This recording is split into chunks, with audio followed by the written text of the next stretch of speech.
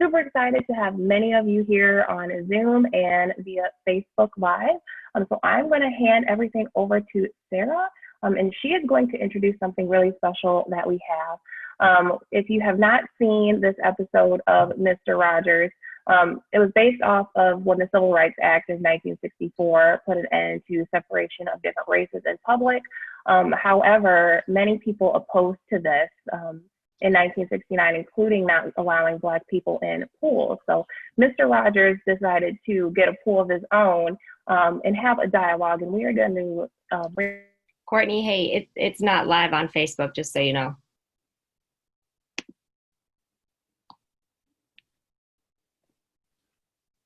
All right, so let's try to work out. Yeah, let's get if we can get the technical difficulties here going before we get going.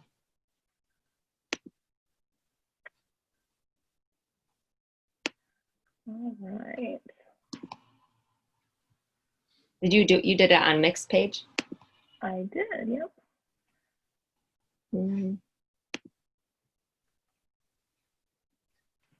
All right.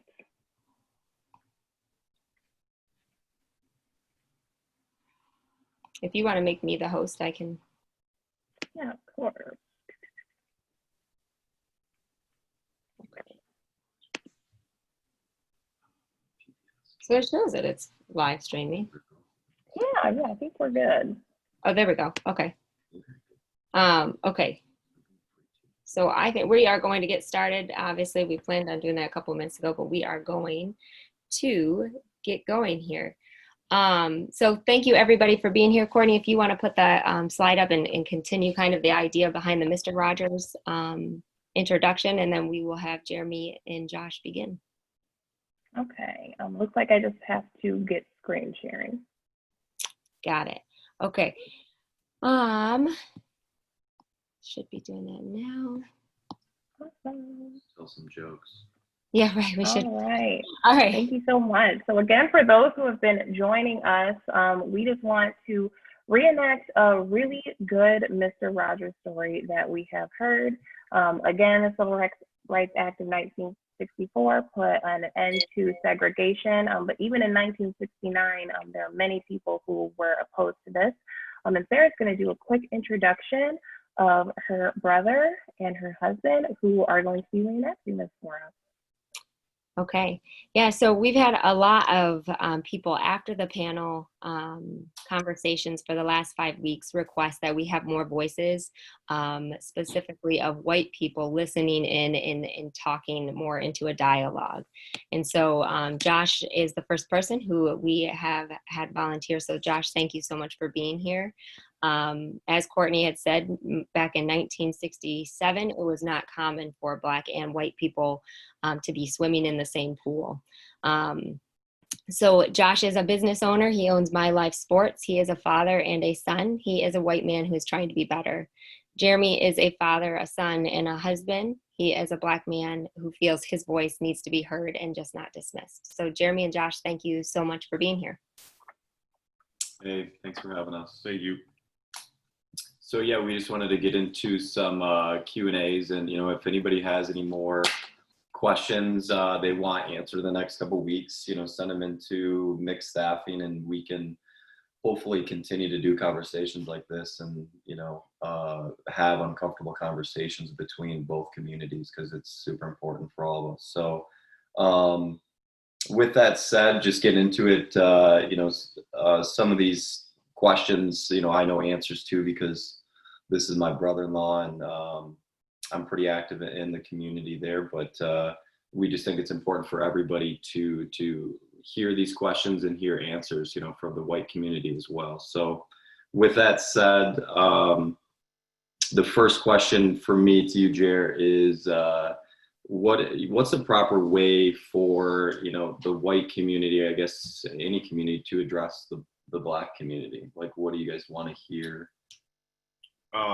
That's a good question. I think it's a really it's a funny thing, because it gets really uncomfortable sometimes with people, and I can spot it, right away when they're describing somebody and they're trying to avoid saying Black or Yeah. African American. Like, oh, this guy Yeah. in a tie came Yeah. in, and like, no, man, like he was Tan. a Black guy. Yeah. You know, he's African American. I think, and to that, I think it's African American and Black. They're both interchangeable. I think that's perfectly fine. I think the biggest problem is color blindness, is when we don't address that, because I know for me, and I'm obviously not speaking for you know, all of people of color, but for me, like, I want people to see my color. I want them to address it, whether they say Black or African American. If they say Black American, if that's, you know, if that's what people are more comfortable with it. I just think being able to see that, because that's part of my identity. And when you pretend like it's not, that's part of the problem, and that's racist in itself. Right. So, I mean, we're all European Americans anyways, you know. African American to me, just, I mean, it seems a little, I guess, and I don't know, I hear it left and right too, but from what I've heard too, buddies of mine who said they'd rather be called Black than African American. Yeah, I just had a guy walk by my house the other day, a Black guy, and in our conversation, I said African American because we were talking about this social issues and everything. And he goes, no, Black. It was an old guy. He goes, no, I'm Black. Right. So, yeah. Hey, at least let it be known, okay? Spread the word. All right. So, Josh, then my question for you would be, it seems like people are upset about like these historical figures and these landmarks and the flag and all that kind of stuff. What's your take on all that? You know, me personally, and I think the way you know, most people should be, is history is it's a good thing, first of all, to learn from, but you know, put them in a museum if that's where people want them. But I don't think there's any need for them. You know, if anybody's offended by anything, I mean, the Confederate flag to me is a joke. You know, nobody's still rocking a Bernie Sanders 2016 bumper sticker. So why are people still like rocking a flag from a war they lost, you know, years ago? I don't know. And it just has so much racial connotation with it. So for me, it blows my mind that people are that ignorant and dumb with the flag.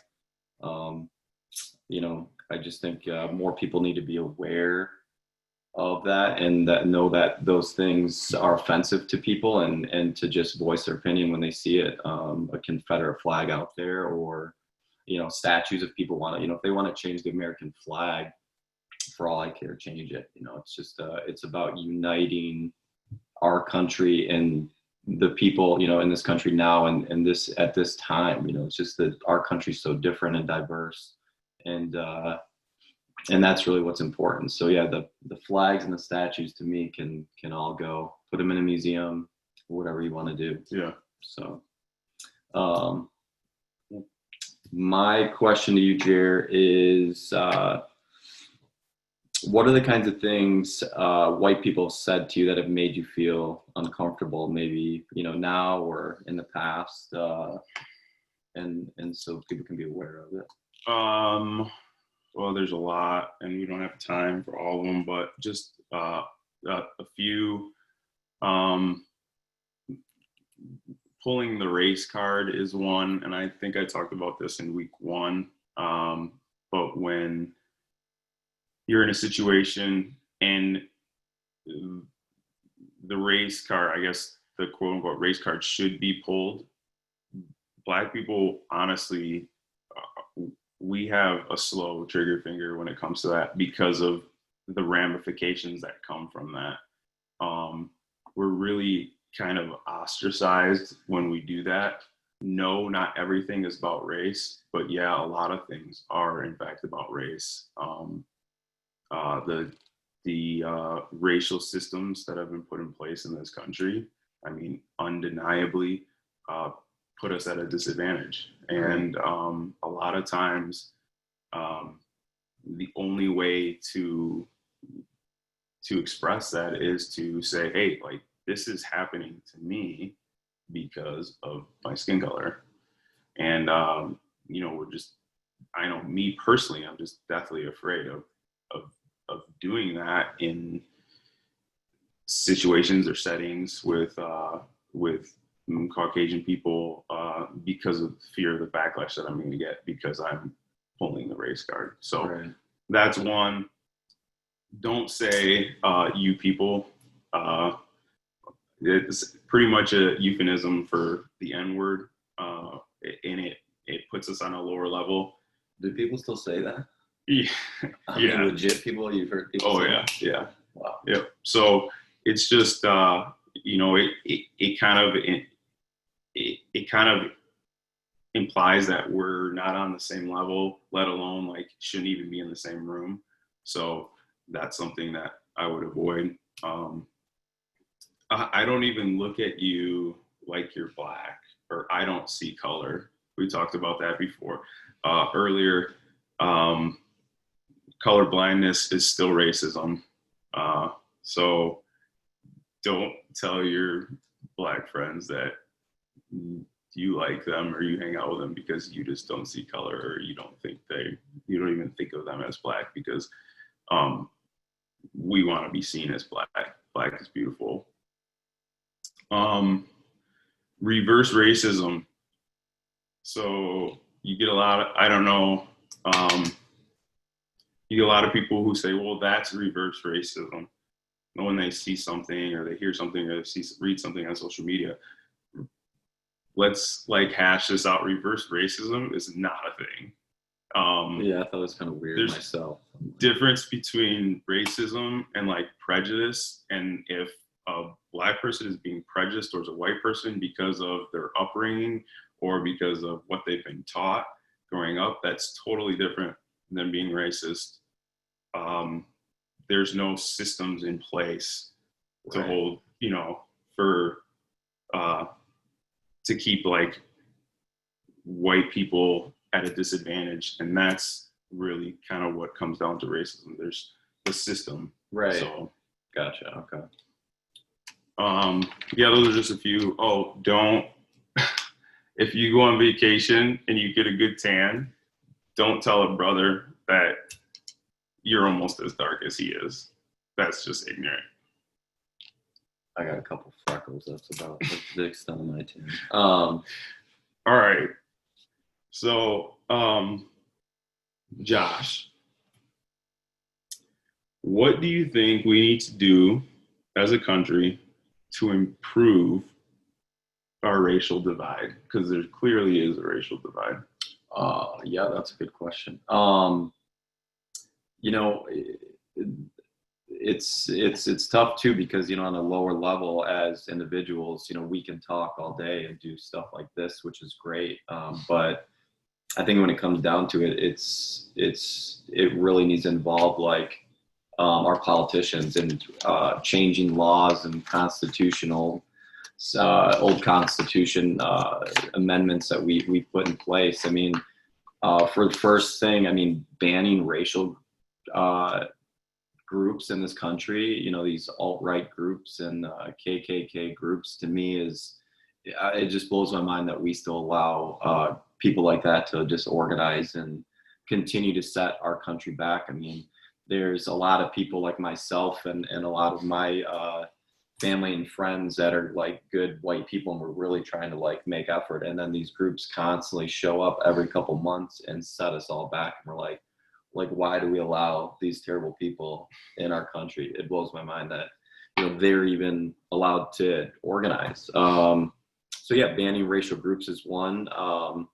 You know, I'm very pro reparations. I think that, you know, just like you said, you know, systematic racism has been real in this country for hundreds of years. And the only way to equal the playing field is, you know, is monetary. And that a lot of time it's, you know, we associate ourselves with economic groups, and monetarily improving those economic groups is just a big thing. So, I mean, for me, yeah, banning racial groups would, you know, we'd stop having these clowns pop up every couple months and just set us all back and some sort of reparations to start making amends for past history.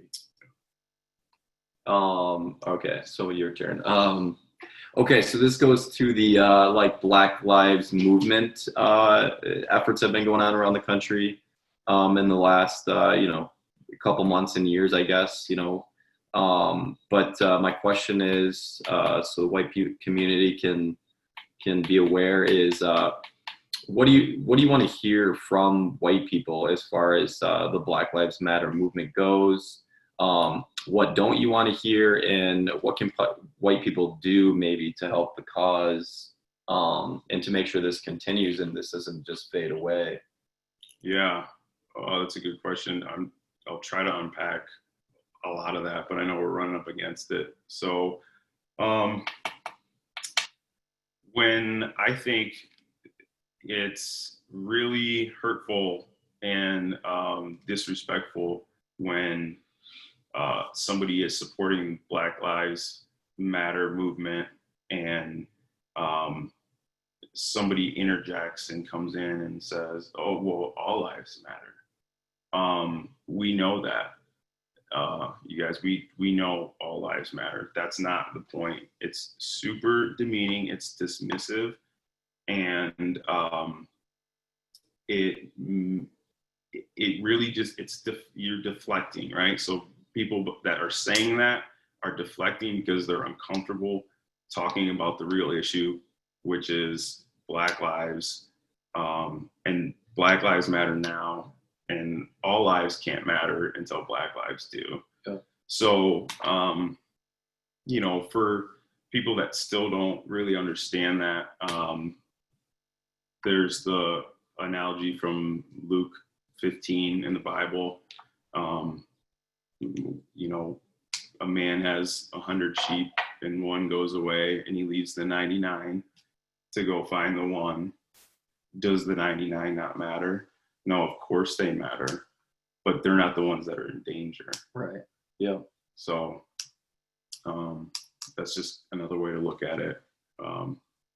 So don't say all lives matter when somebody says Black Lives Matter. It's pretty condescending. And I think as white people, don't be offended when people say Black Lives Matter. That doesn't mean you don't matter. We're not saying Black lives are better than white lives, right, or Latino lives or Asian lives. We're not saying that at all. Yeah. It's saying Black lives matter. Right. And they do. They matter more now than ever.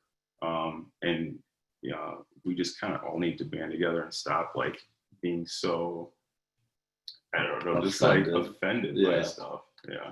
I think a lot of it's in delivery too. Just we don't. Everybody can't take constructive criticism, and it's egos, and hopefully we can get through that. But where are we at here? Well, I think you guys are. Jan's playing. Did they do a giant hook to pull us off stage, or? No, no. Thank you guys both so much.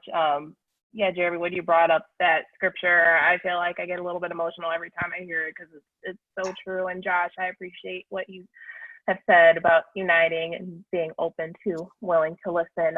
And we do have one question from the panelists that we would like to hit on for Jeremy. And it says, what determines how a biracial person can address his or her race? We'll say that again. Yep. What determines how a biracial person addresses his or her race? So you address your race by the way society views you. So yes, my dad was Black, my mom was white, and I'm biracial. But society sees me as Black, and that's who I identify with. So I think it's as simple as that, to be honest with you. Like when people look at you, what do they see? And if you're a person of color, they see a person of color. There's no person of color ever that society is going to look at and see and say, oh, that's a Caucasian person, or they're just like me. That's just not going to happen.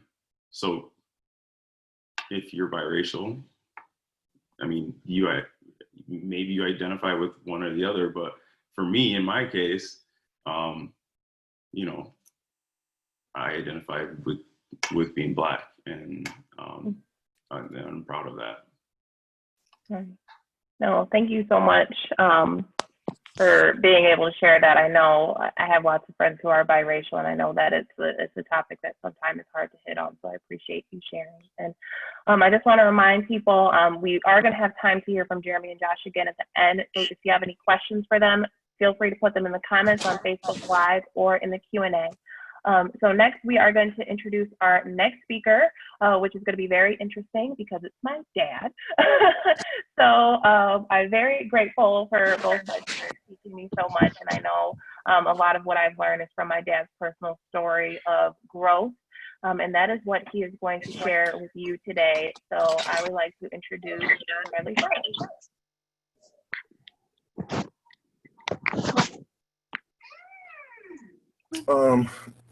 Thank you, Sarah, Courtney, McStaffing. I'm really, really honored to be here. I've been watching these seminars for the last few weeks now. I'm just having a blast listening to them. And Josh and Jeremy, awesome Q&A. It was really, really great. Yeah, being the old guy in the group, I guess, you know, pushing 60. I was born during the civil rights movement, and as far as racism is concerned, I mean, it's something that I've grown up with. First grade, I was the only Black person in my class, even though school segregation had been abolished and done away with well into the 60s. There still were schools out there that were still segregated, and but I guess one of the things that I just really, really wanted to kind of touch on from hearing all of the discussions over the last few weeks, with all of the left and the right, you know, the Black and the white, the Black Lives Movement and the All Lives Movement. I just think it's important for everybody to not allow the conversation to be hijacked by those from the far left and from the far right. You know, the whole conversation started off was to try to bring light to a problem. And I guarantee you on both sides, left and the right side, there are just agitators out there, and all they want to do is just keep things going. And the whole message is being lost, and we're allowing agitators to just hijack the entire conversation. And, you know, it's going to be out there. There's really nothing that we're going to be able to do about it. When I say nothing to do about it, I don't mean there's nothing that we should be doing about it. What I'm saying is that there's always going to be people out there that are not going to agree with us, and we need to learn how to get on our feet, keep on going, and talk to those people that want to listen. One of the things that I got to share with some of my co-workers at work, you know, I don't have a problem with a person having both fingers in their ears, because that just means they don't want to listen. But if you got your finger in your right ear, your finger in your left ear, that means you're only just listening to one side of the story. And we need to just quit. I mean, I listen to Fox News only because I want to be able to hear what they have to say. I don't agree with them, don't get me wrong, but yeah, it's I don't know. It's been a very, very emotional time for me, being 59 years old and really seeing things that are just haven't changed. And, you know, just listening to Jeremy, I had so many things that I wanted to say, and my emotions just pretty much just went all over the place. Even as they were talking about things that we, you know, the things that we're going through today. But, yeah.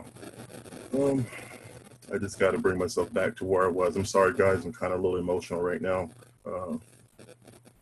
Jeremy and Josh were talking about as far as, as far as black and white and what it means to be, as far as what should we be called. If we go back to the early days, I mean, even within our own community, as far as black people, there's always been an identity crisis. We used to be colored, we used to be black, we used to be Negro, we used to be African American. It's just so many things that, we've all just had to go through. And so kind of got off topic. I got a little nervous. If it didn't pick that up, go ahead and laugh at me if you want to, but that's fine. But yeah.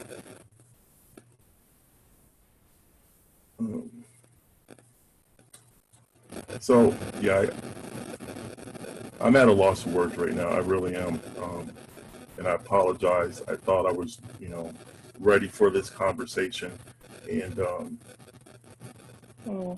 I just realized how much this racial tension that's going on has just really, really affected me over the years. It's hard to kind of, put into words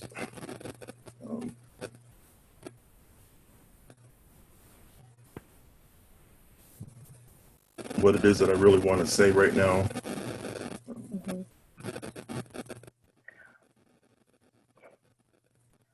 Well, if you would like, we could hop into some questions that we've gotten from our panelists already. Hey, Brad, Yes. I think your microphone, it's really staticky. I don't know if anybody else is hearing that static.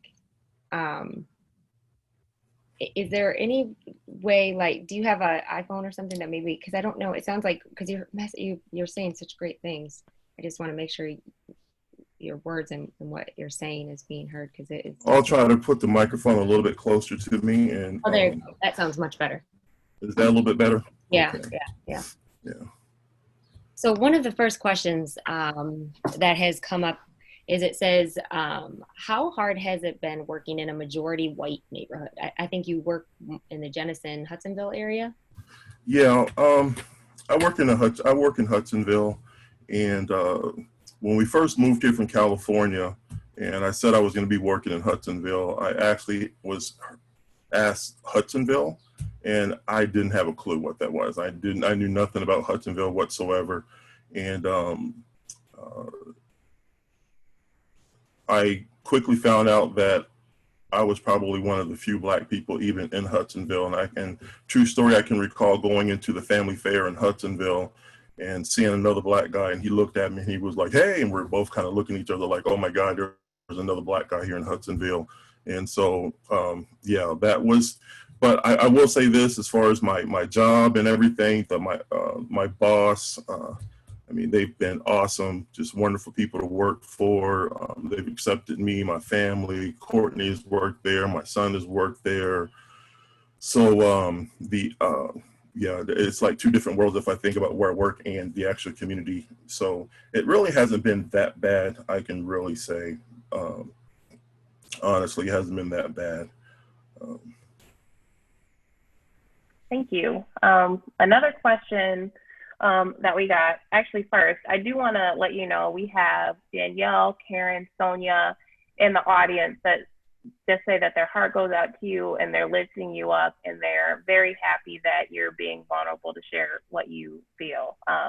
So people are listening and they hear you. A question that we have had come up is like, what are some similarities or differences that you've noticed from discrimination from when you were younger and now? Honestly, I'm not a fan of the thing that racism is still there, but it's getting better, because it's not, because each generation is pretty much going through their own things. It may have been different back in the 60s and the 70s, but we're still facing pretty much the exact same thing. One of the things that I've kind of shared with a lot of my coworkers when we're talking about it, I said, I made a comment that I can respect a person with a Ku Klux Klan outfit on. And they all kind of looked at me like, well, what does that mean? I said, well, at least I know where he's coming from.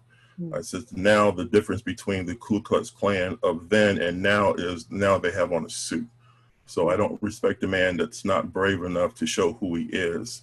And so those are the things that we have to face. Yeah, they're there.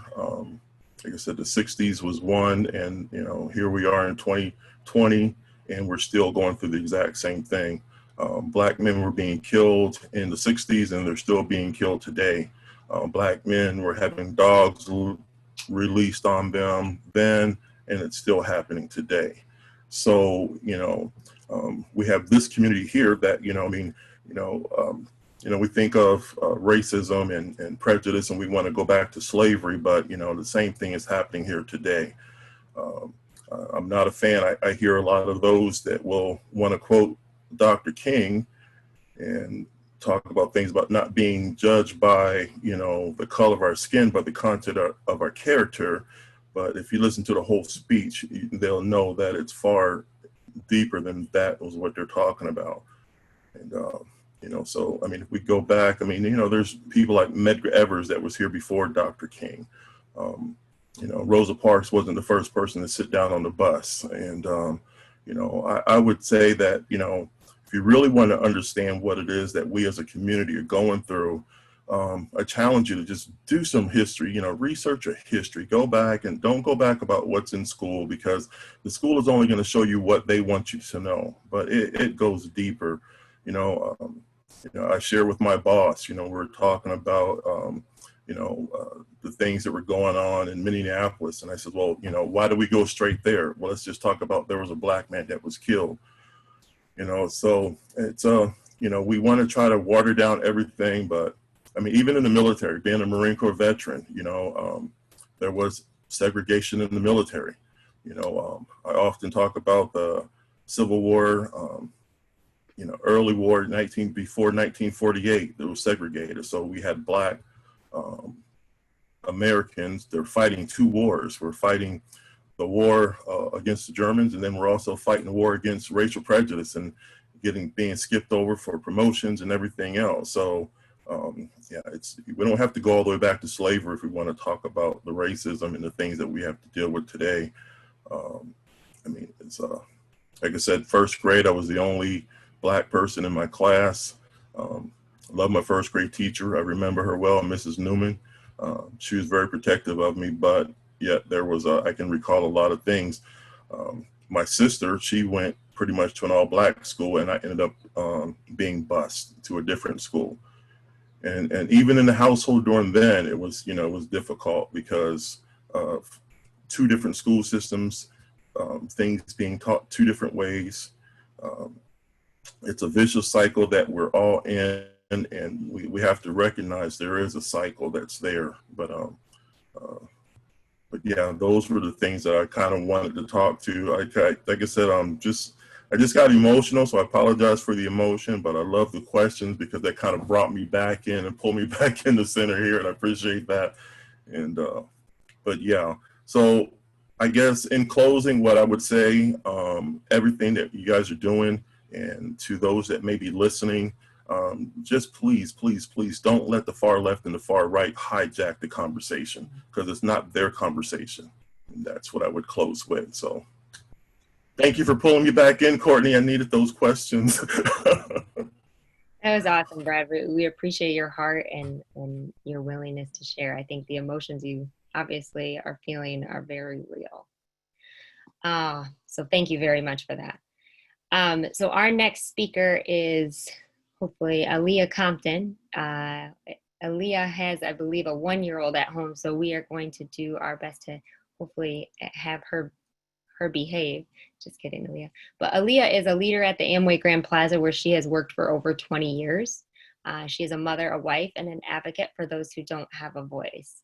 Aaliyah was actually one of my first bosses when I worked at the Amway. And yeah, thank you for being here, Aaliyah. You want to make sure to unmute yourself. Hold on. Thank you. Thanks, Sarah. Sorry, I think we have her quiet for a few minutes. So just want to go over my background. I'm actually not from Grand Rapids. I'm from Canton, Ohio. Not much difference from Grand Rapids as far as it being predominantly white.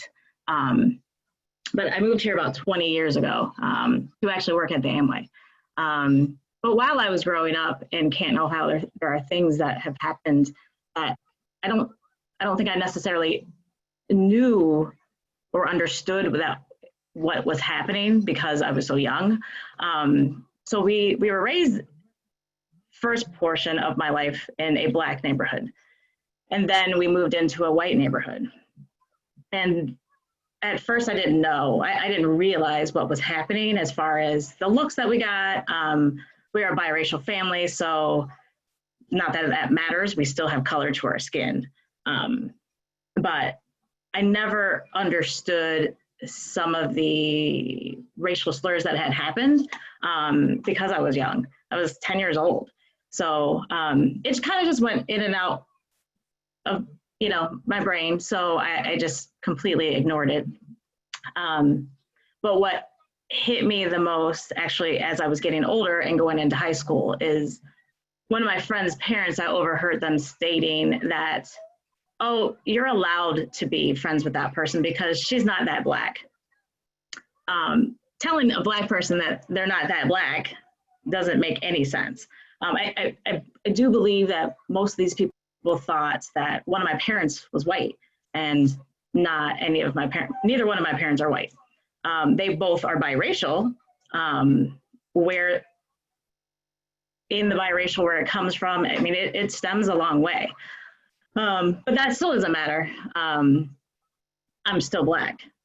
And then one of my first jobs, when I turned about 18, I was called a thing by a man who didn't want me to wait on his table. I was a server. And he said, I don't want that thing at my table. And you know what? I literally, I had no idea what was happening. I was just politely asked not to serve the person any longer. Once I was explained what was happening, it really shocked me. I can't believe that someone would actually say that to anybody. I'm a good person.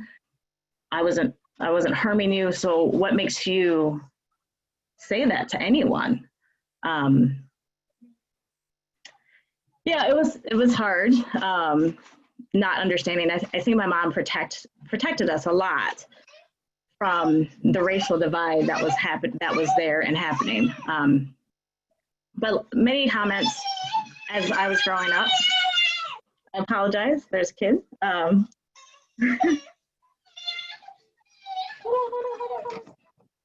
You okay? But one of the things I did want to really highlight was actually hair. As you see, I have really big hair.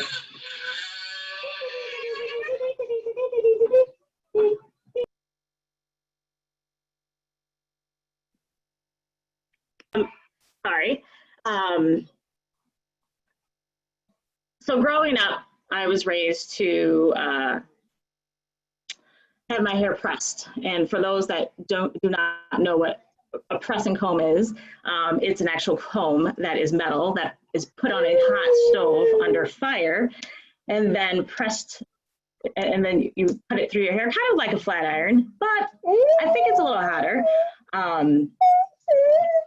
But basically just to show that I don't have curls or naps or whatever you want to call my hair. And for the longest, my mother put a hot comb in my hair until one day she actually got a phone call that was something tragic happened in the family. She had that hot comb in my hair. And let me just say that it is very uncomfortable having and knowing that something could burn your skin off close to the nape of your head.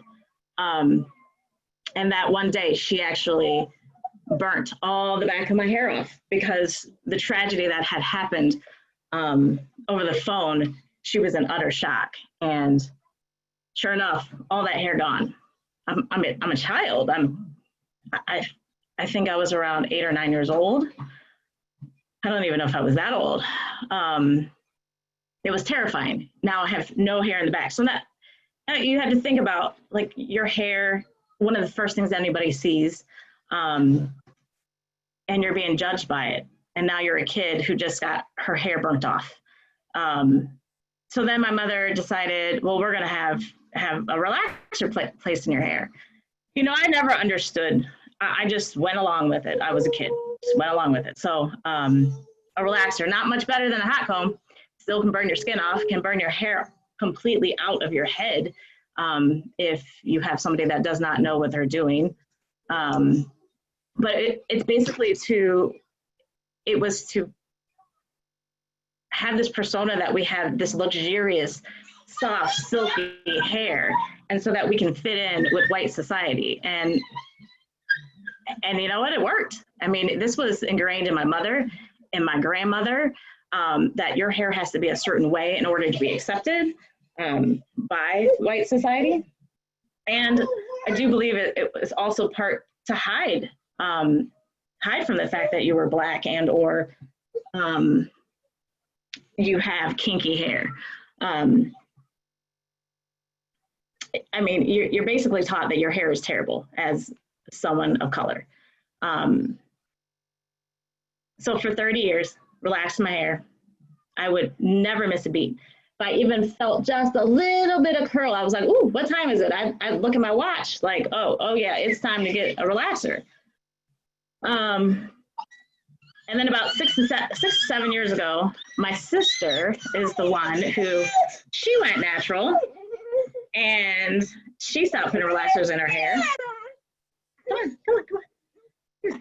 on. And that's what prompted me to stop putting relaxers in my hair. I also played roller derby, so it was getting harder and harder to maintain a relaxer in my hair when I have a helmet on my head and having to wash my hair more often than I normally ever did, because my hair started breaking. It would get dry, it would start breaking. So whatever my sister does, I'm gonna do. So I went natural. Probably the hardest and scariest thing ever that I've done physically to my own body, besides having a baby. But yeah, it was like a scary thing to know that now my hair is going to be a fro, and I'm going to walk into work and my hair is going to be thrown out. And what are people going to say? I've had comments. I had somebody say, oh, I didn't know you were Black. And I looked at them confused and they said, oh, it's because of your hair. I didn't know you were Black. You have a fro. And I'm like, really? Like, it's pretty awful. I have many notes, by the way, sorry. Yeah, question that came in, and then we will revisit and come back to yours.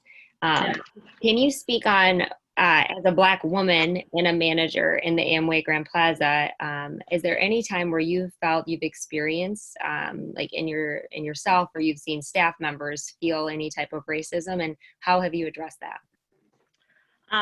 So definitely the oddball in the entire hotel.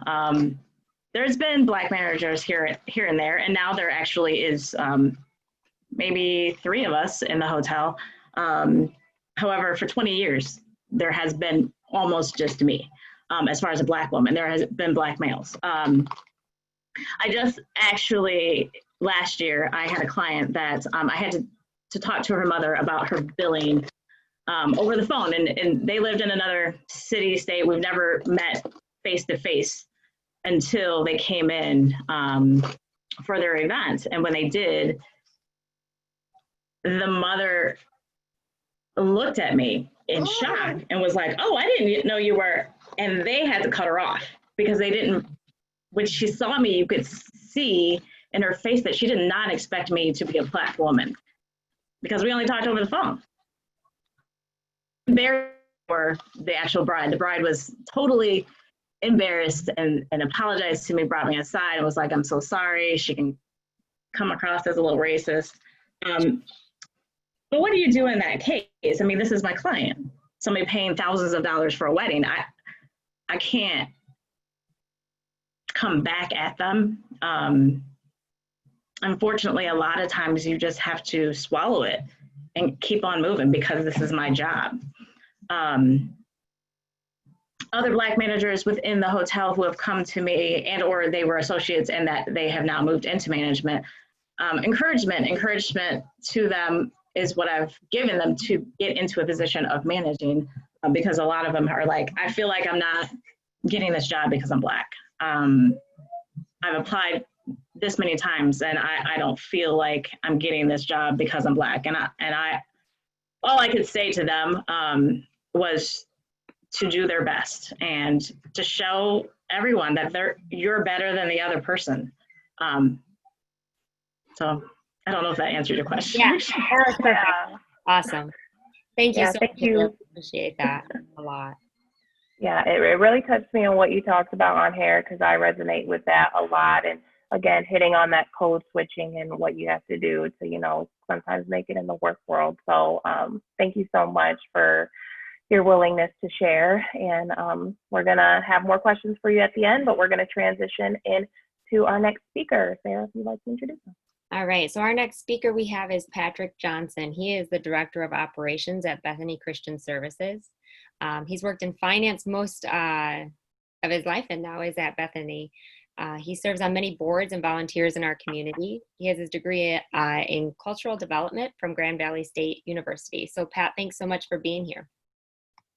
Thank you, Sarah, and your team over here at Mixed Staffing for not only putting this series together, but also for continuing to prioritize having these much needed discussions, even after some of the attention and news coverage has subsided.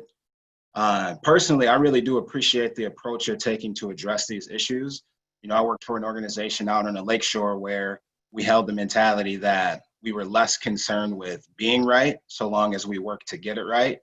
And as it relates to not anointing your organization as the fixer of all things, including solving the many complex realities for systemic racism, but rather using your platform to allow others to share experiences that help create dialogue for much needed change. You guys are certainly getting it right. So thank you to everyone involved with making this happen. So what is my story? I've been asked that question so many times, and it just continues to blow my mind that so many people are interested in a story that hasn't ever felt that exceptional to me. Like most other stories that we hear, when I tell my story, I think about my childhood and my life at home as a starting point. When I look back, the thing that sticks out most to me about my journey is how much of God's grace has been present in my life. For whatever reason, I've been kind of spared from the challenges and obstacles that most might assume. I was born and raised in Grand Rapids, 49507. My dad was murdered before I was born, and I was raised by 3 strong Black women. My mom, my sister, and my grandma were really my family unit for much of my life.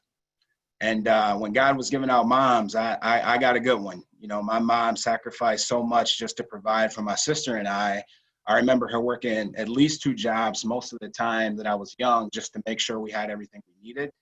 She worked so hard to provide for us that I really didn't know that we were statistically poor until I went to high school. Up until that point, everyone around me seemed to have the same means that we did. So again, I felt life was pretty normal for us. It wasn't until high school until I realized that not everyone was living the same way. I graduated from Grand Rapids Christian High School. And for the most part, high school was a great experience for me. I played sports, I had friends, you know, got invited to parties, and I formed solid relationships that I still have to this day. People are usually pretty shocked when I tell them that I graduated from GRCHS. Without saying it, I get looks like, you know, how in the world did you, a kid from the southeast side of Grand Rapids, make it out of there? And again, thinking about God's grace, for whatever reason, I feel like I got really lucky with the timing of when I got into CA Christian High School. I think there are really 3 things that helped me have a great experience there. And number 1 was Principal Jim Stapert, you know, rest his soul. I didn't want to go to Christian High School because I didn't go to any of their feeder schools. I was in GR Public and I didn't want to leave my friends. My mom wasn't having that though. She created an opportunity for me to go there and she wasn't going to allow me to pass it up. So at my freshman orientation at Christian High, we got to meet Principal Stapert. We had a conversation in his office and he instantly made me feel very comfortable. So comfortable that I ended up asking him, you know, what do I do when someone calls me the N-word? And I will never forget his response. He leaned back and thought about it for a couple seconds. And then he said, I can't promise you that that will never happen. If it does happen, come see me, and I will make sure that you have my full support to make sure that this doesn't happen more than once. And that really kind of set my perspective for high school. Number two is I got to high school in 1997, and one thing that I noticed rather quickly was each of the classes, the grades above me, had less and less Black students from the grade below.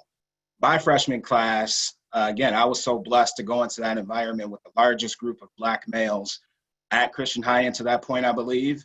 And many of us didn't come from the feeder systems. We had Iroquois and Burton and Potter's House. And for whatever reason, subconsciously, we all kind of made a decision that we were going to be ourselves even in that environment.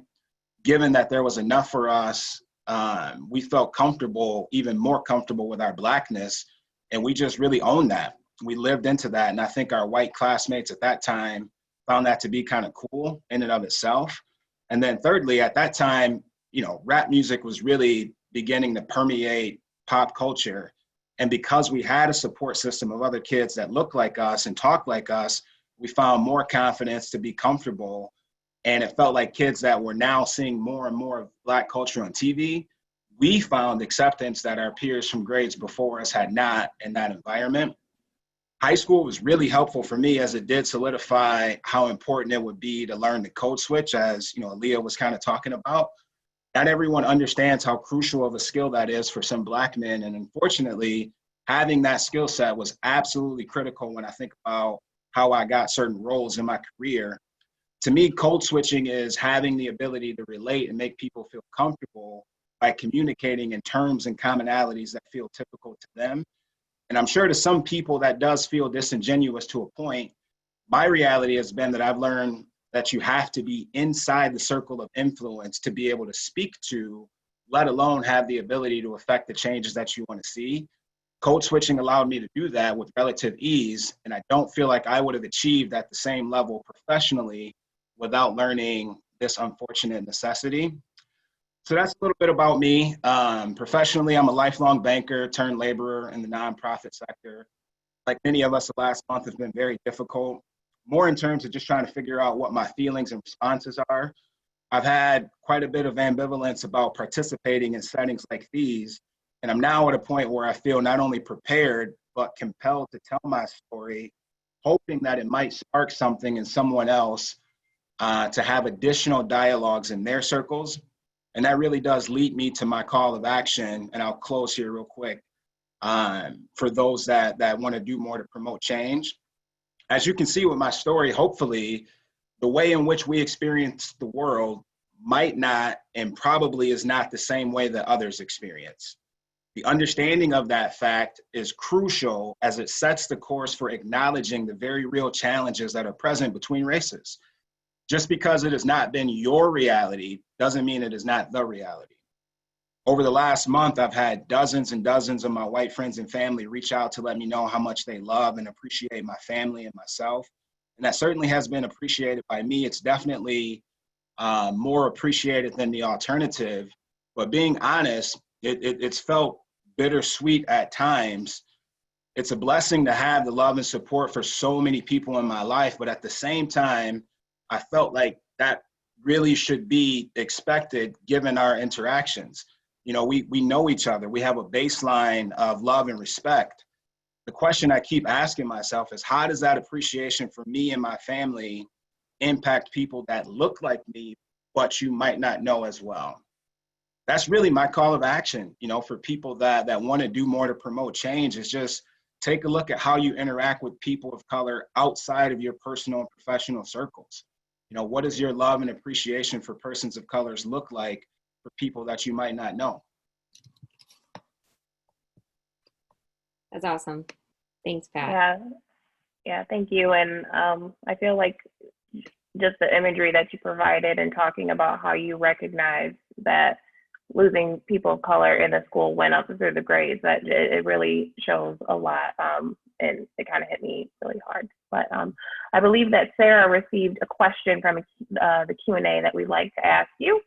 Yeah, so we're going to ask one question, and then what we're going to do is open up the panel to closing remarks. And then if anyone who is listening in would like to ask a question or say something and become a panelist, I think there's a thing where you can raise your hand, and then if you can make sure to put in the Q&A kind of what you want to talk about and what you want to address, that would be helpful for us. So Patrick, one of the questions that came in is how would you define white privilege? Yeah, thank you for that question.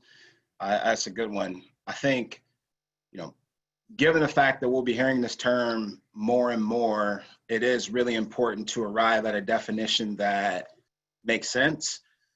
When I found myself in conversations about white privilege in my circles, I felt almost a defensive reaction to the term itself. And oftentimes that can really derail the conversation.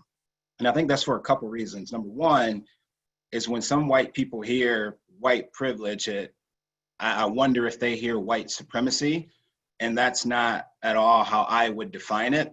And number two, I think the term also implies that all white people haven't had struggles, which is also not true. I know plenty of white people that have struggled in many ways. There's several different ways that I've heard the term defined. I've heard it defined as like an invisible backpack that white people can access when needed. In the interest of time, I'll just kind of share a working definition that I'm trying to use in my circle with people that I know, love, and trust.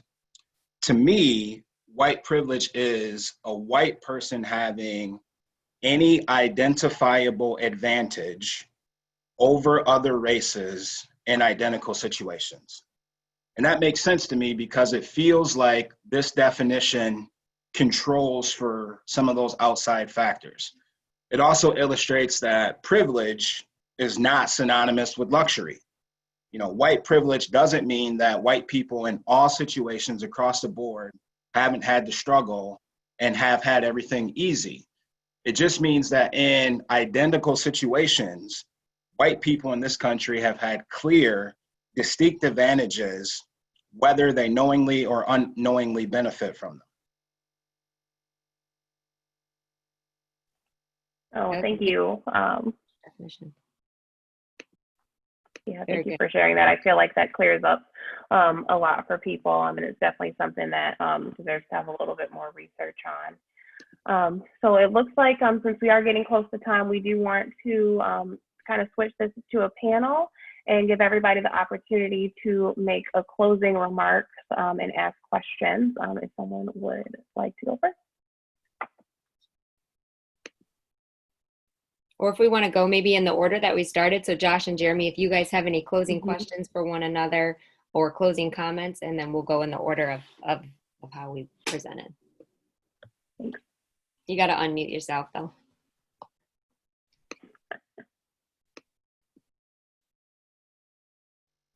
You or me? Go ahead, man. I just wanted to say, everybody did a great job speaking, and Pat has a really good perspective. I think the biggest things that we need to work on really is just diverse groups. No matter what, it's if the only network you see is your skin color or your sexual preference or your religious group, it's hard to sympathize with other people, so having a diverse school, like, Pat was saying with Christian High, or, your social groups, or, just the networks that you hang out with, or your work, it's just so important to diversify so you can sympathize with people that are similar like you. We might not all, look alike, or, go to the same church or the same sexual preference or whatever it is, but being able to sympathize with people you love, and,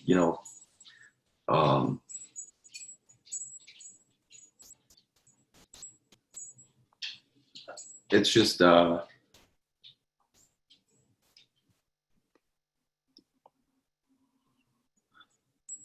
Take your time.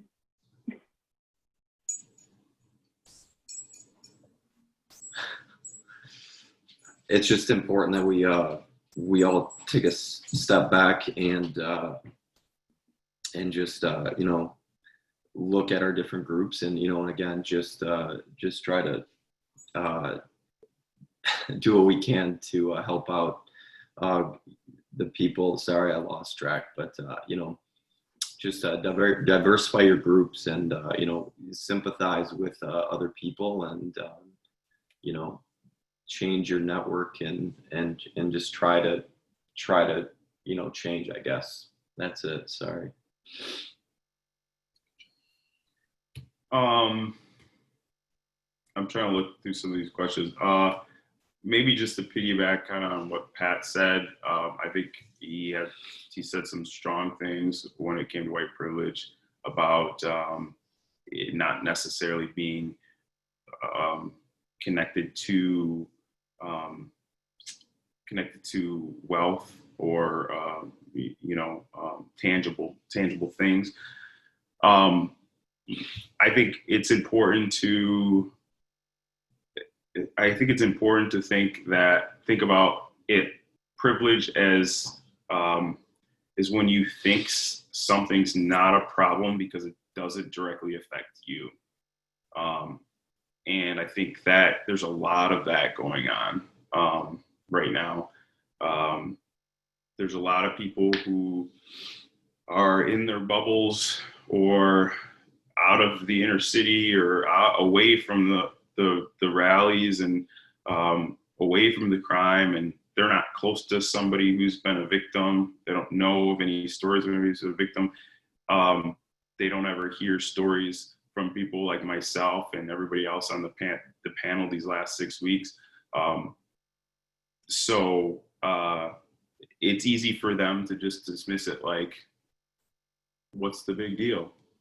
And that's privilege.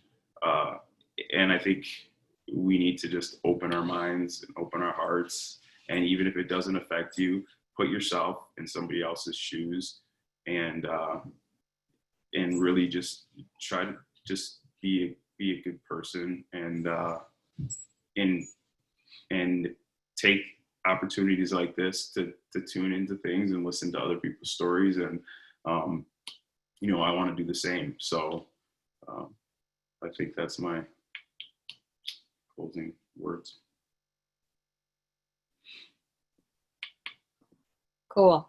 Very good. Thank you guys for that. Josh, Yeah. I think it's important for all people to hopefully eventually feel the pain or feel the emotion that you feel. We need to start getting angry and mad and sad because that's what's going to drive change. So thanks for showing that vulnerability. Brad, did you want to make any closing thoughts or calls to action? And then we'll go to Aaliyah and Pat. Yeah, I guess my closing thoughts would be one of the things that I wanted to share was, just don't be afraid to have the conversation.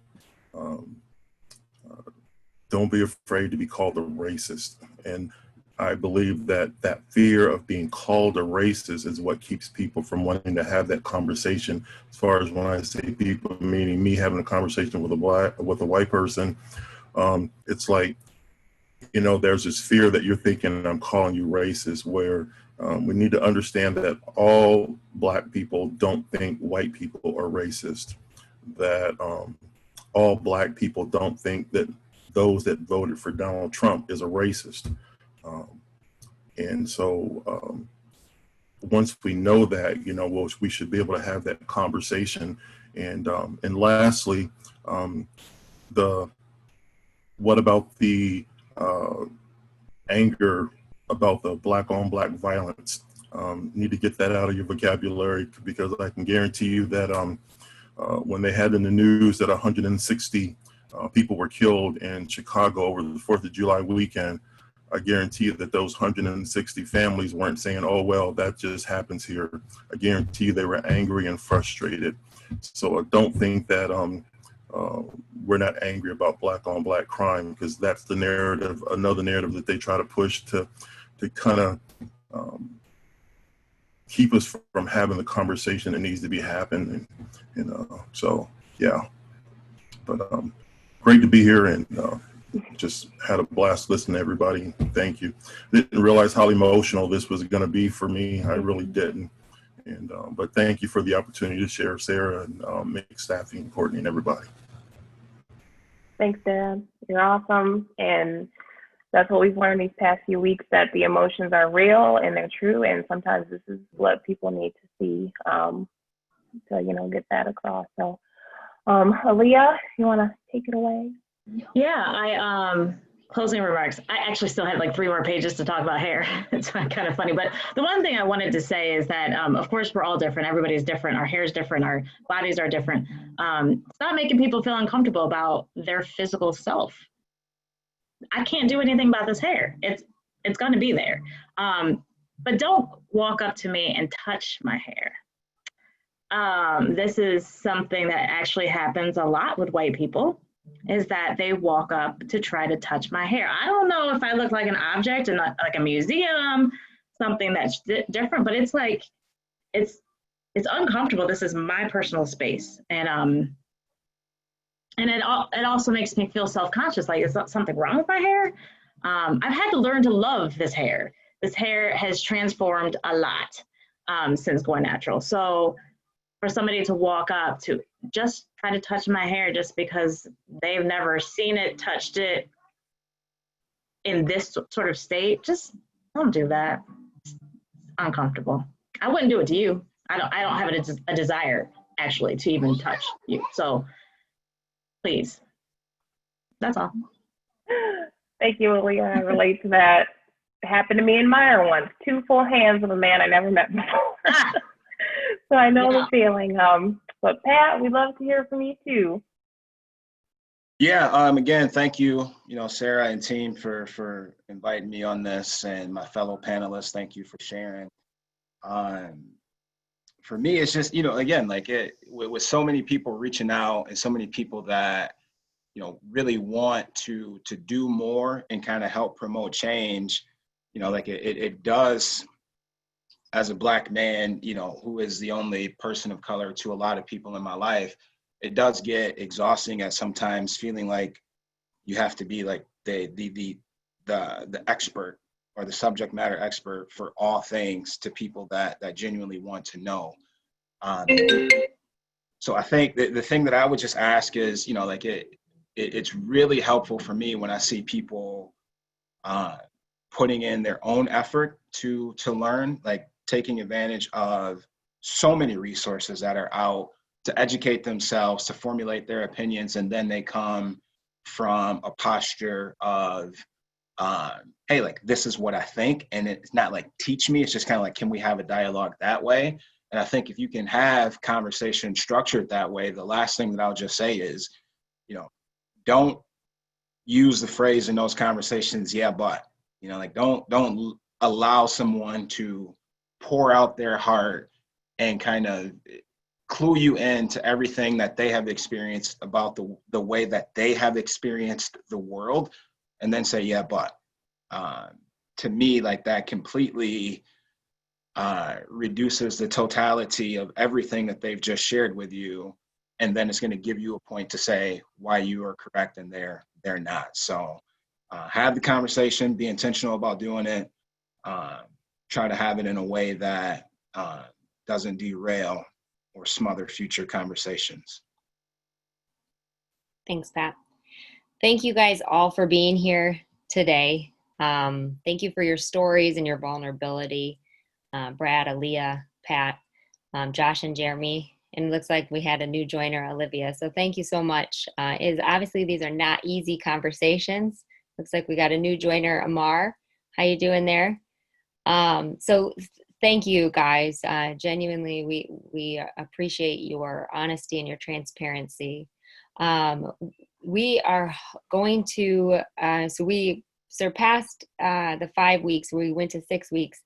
We do have a full panel for next week already, but would like to see and hear some more white voices of people who want to be sitting at the table and having these challenging discussions as well. And so, reach out to Courtney or myself or anybody. And then also, if you know anybody who you think would want their voice to be heard, please invite them as well. where we hope to go with this, obviously we've talked about this before, but to create small groups that are more diverse in the professional and personal setting. Maybe when COVID is over and everybody can be healthy, we'd love to host a group of people at our house for, you know, stewardship and friendship, and that's our one of the things we hope to be able to do. And then also just, you know, have the people who are speaking. I guess I've heard a lot of people say, let's stop asking Black people to speak for free and having that token Black person. Any company who thinks that it's important to diversify, any employer, don't ask for it for free.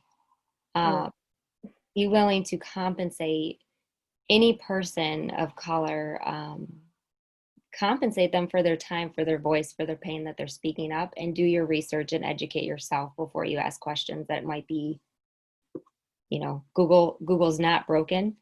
We all can use it. So let's use our intelligence and our ability to do that. Courtney, I don't know if you have any closing remarks or statements. And then again, thank you guys all for being here. Thank you for the listeners and the viewers. We appreciate that. Yeah, I would just like to say thank you for everyone who stayed a little bit after. We really appreciate you spending your time with us. We've had people like Sherry and Lindsay commenting, and we had some really great questions that we couldn't get to, but we'd be happy to provide resources to answer some of those questions on our website. We'll have the videos if you want to come back and look at the speakers again on our website as well. And then there'll also be a survey that we'd really love for you to take at the end, and we'll post it on Facebook as well, so you can take that, because we love your feedback and we love to continue these discussions and grow and help you guys grow on the journey as well. So again, thank you all so much for being here for another week. Have a great weekend. All right. Talk to you later, everybody.